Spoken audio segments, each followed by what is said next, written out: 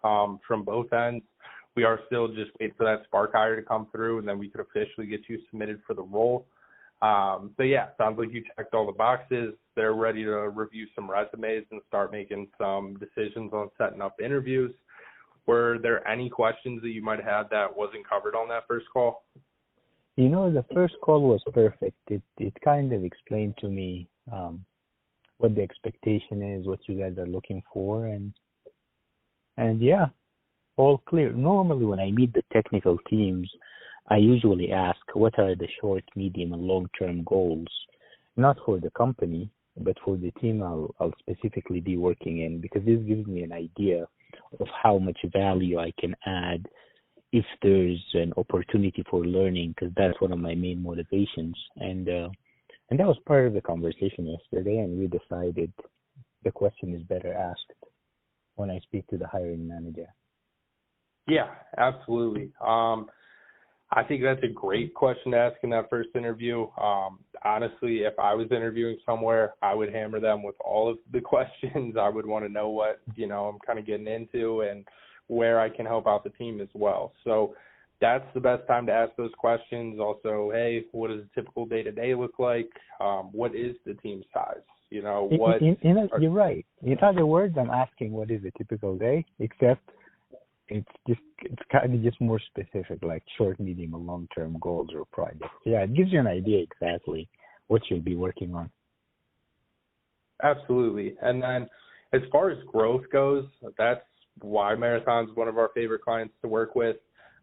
We've had people, 15 years ago start off in this consulting role. They've moved up, moved to different positions. We actually have a consultant that I think it was in 15 or 20 years, something like that. He was able to go up to hiring manager. He moved around to a couple different places. Now he's running the IT team over at their largest refinery in Galveston Bay. So a lot of these people that we have start off contracting, they move into a permanent role, get up to that managerial level, and kind of run with it. So if that's something you're interested in, you could ask them about that as well. They'd be very straightforward with you about it on what the career growth looks like. But that's definitely a question I would ask too. Perfect. Another question I have for you. So there were 2 roles that were open for this. They're looking for a true senior network engineer that's, sharp on all the routing protocols, SD-WAN, Cisco ICE, AAA servers, WAN protocols. You fit the role for that perfectly, so that's what we're going to get you submitted for.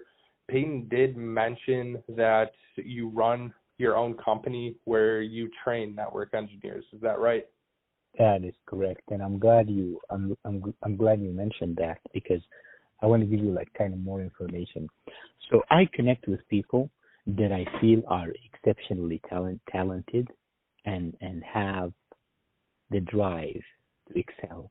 And I train them every day of the week, every single day of the week, extensively at night. We're not talking like basic training where you tell people kind of like how people learn in universities, teach them the headlines. No, we're talking about deep training, to the point that many of these guys, they go get their Cisco certifications, they get 100%.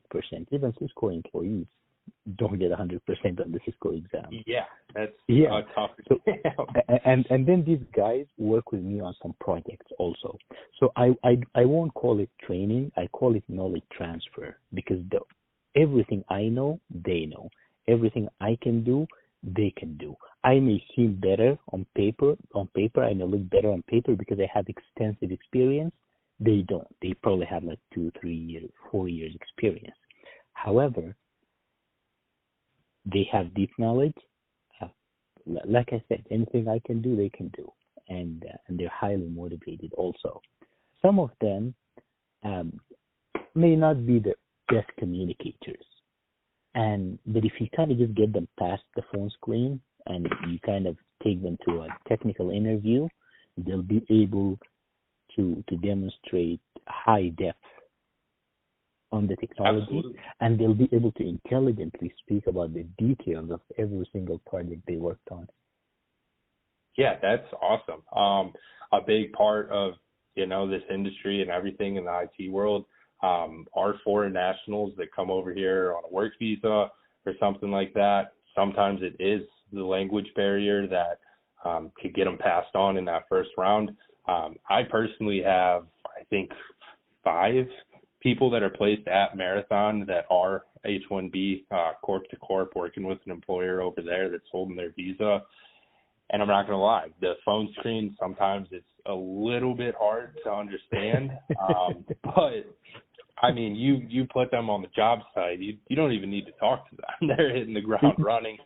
They're some of our best workers. I mean, when I reach out to people, hey, do you truly know all these routing protocols and what they're looking for? And they're like, yeah, this is what I do. And they're like a machine. They get in and they get after. I can tell you this. If I send you someone and I tell you this guy knows routing protocol, he'll demonstrate it on an interview. When it comes to things like BDP, OSPF, I consider these guys among the best in America. They're highly trained, and every single person who completed my program in the past 10 years today is at America's top 10 companies. We're talking Cisco, Microsoft, IBM. Yeah. Do you have, so we have another role that's open where they're looking for the OT experience. So operational technology, dealing with anything from, cellular, satellite, broadband, narrowband radio, SCADA systems, PLC, Wonderware, Delta V, iFix. It's all pretty exclusive to, I would say, a manufacturing environment or oil, gas, energy. Do you have anybody that, you've trained or worked with that might be in the job market and has experience with any of those? See, my guys, I have about, let's say 10 people that I've been working with them for the past year. These guys are highly trained on the things that I know.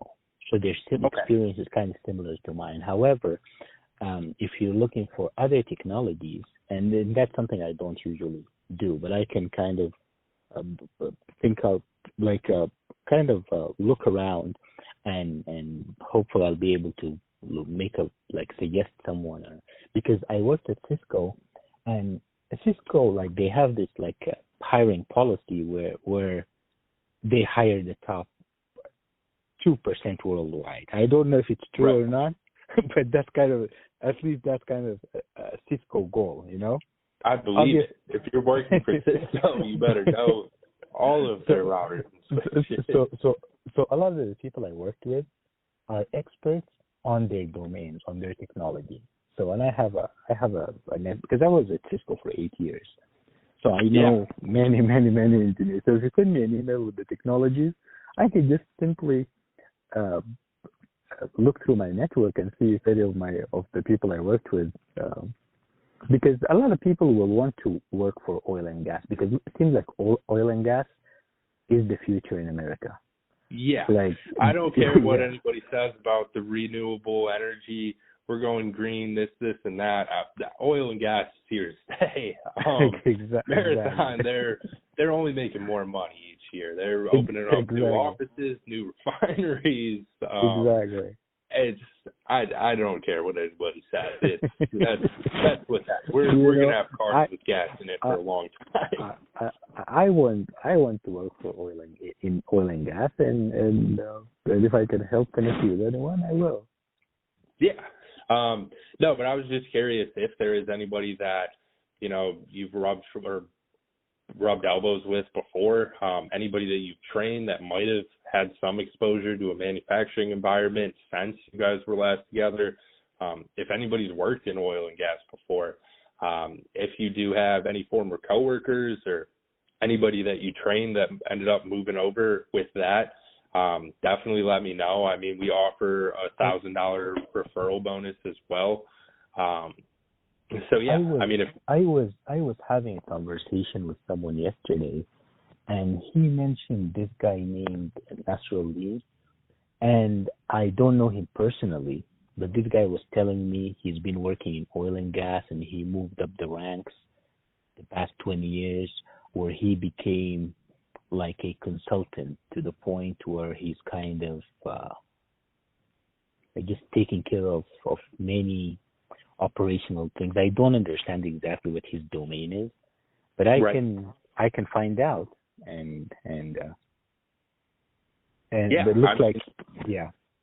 If you want to extend the conversation further with him and just, see if he's in the market or interested in hearing about any new opportunities, again, it would be Marathon Petroleum. It would be through us. If he has his own business, we can do a corp to corp as well.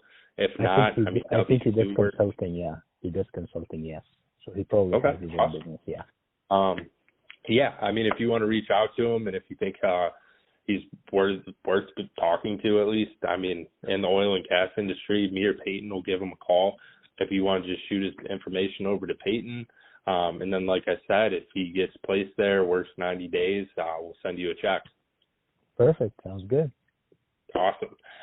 We're still, waiting to hear back as soon as we get that spark hire from you as well. That's what'll lock in the submittal. And then as soon as we hear from Marathon regarding your role, we'll let you know as well. And let me tell you this: I'm not looking for a check. It would be nice if you send me a check, but that's not what I'm looking for. Like what I really want, because I kind of learned and moved up the ladder, and I was able to increase my income significantly and help my family back in Sudan a lot. And I just kind of want to help others. That's why I do what I do. Yeah, that's why I love my job. Everybody has to make money in the world to survive. Don't get me wrong, but really, it's just satisfaction for me. Anytime I can get somebody placed somewhere, and I know Peyton's the same way. Right. Anytime we're able to find someone that's looking for work, we have a perfect fit for them. We get them in the door, and they're happy, and they end up staying there 5-10 years or something, moving up. They, surging through their career goals. That's what makes me happy. That's what I get out of this job. Right. True. But yeah, if you do know anyone, send it over. Like I said, oil and gas would be the main thing. They're looking for someone that has the operational technology background. But, we wouldn't want you to send us anybody for this role that we would submit to compete with you because we feel you're our best candidate. So thank you. Don't have to worry about that at all. But get that spark hire completed when you have a chance, and then Peyton will probably reach out to you, or I will. I don't even think much about competition because if it's on my resume, I know it well. So if you kind of are calling me based on my resume, then I know it's gonna work out well. Yeah, absolutely, and you should be. Your resume is great. Your background, you're well spoken to your resume as well with everything that you've been doing. So, if I were you, I'd have full confidence as well, and we got confidence in you. So. I wouldn't be worried about that, but again, send it over if you have any information from someone looking. Sure. Get that spark hire completed, and we'll reach out to you soon. I will complete spark hire, and first thing today, I'll just finish my cup of coffee, and then I'll go home. And I'm talking to you from a car now. I'll go home and I'll complete the spark hire. Perfect. Thank you. As soon as we get that, we'll get you submitted. If you don't hear from us before the holidays, don't read into it too much. Just means that we haven't heard back yet.